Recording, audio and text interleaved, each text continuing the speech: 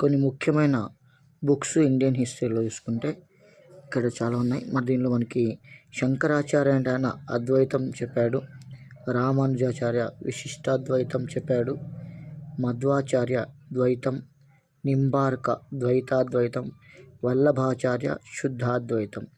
వీటన్నిటి గురించి కంపల్సరీ ఎగ్జామ్స్లో క్వశ్చన్స్ అడిగే ఛాన్స్ చాలా ఉన్నాయి.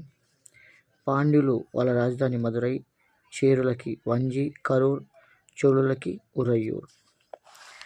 సో ఇక్కడ మీరు చూసుకుంటే పల్లవులకి మహాబలిపురం, చోళులకి తంజావూరు, విజయనగరంకు హంపి, హోయసలకు బేలూరు.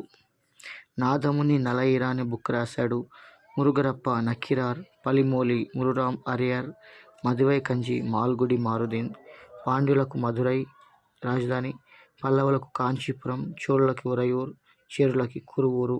1వ సంగమ పరిషత్తు మదురైలో జరిగింది, అగస్త్యుడు. ఓకే, సో అధ్యక్షుడు అన్నట్టు.